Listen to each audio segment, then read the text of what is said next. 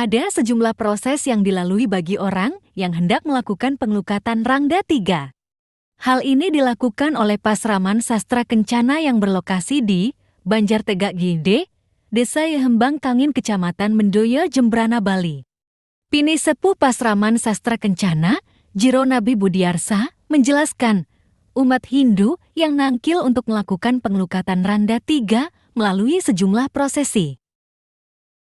Pertama, pasin dipakaikan kain berwarna merah yang sudah berisi tulisan atau rajahan, kemudian disiram dengan terta suci.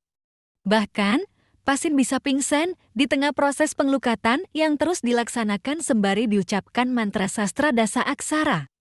Jero Nabi Budiarsa lanjut mengatakan, kain merah yang berisi rajahan itu bertujuan untuk melebur, ngesang, dan memusnahkan penyakit.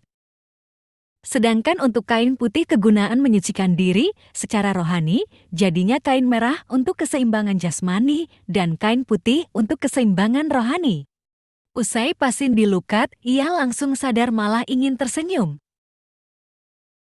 Dikatakan oleh Jero Nabi Budiarsa hal itu terjadi karena roh yang asli bisa masuk ke tubuhnya, sesudah itu kekuatan durga yang ada di dalam tubuh Tridurga Wisesa atau Rangda 3 yang dimana beliau sudah berubah fungsi, tidak lagi memiliki sifat negatif, jahat, dan emosi tapi menjadi bersifat kasih. Pemedek yang melakukan pengelukatan Rangda 3 disarankan untuk tetap tenang dalam menjalani proses melukat. Menurutnya, aura positif setelah dilukat Rangda 3 maka akan menunjukkan hal positif dan bisa dibuktikan oleh orang terdekatnya.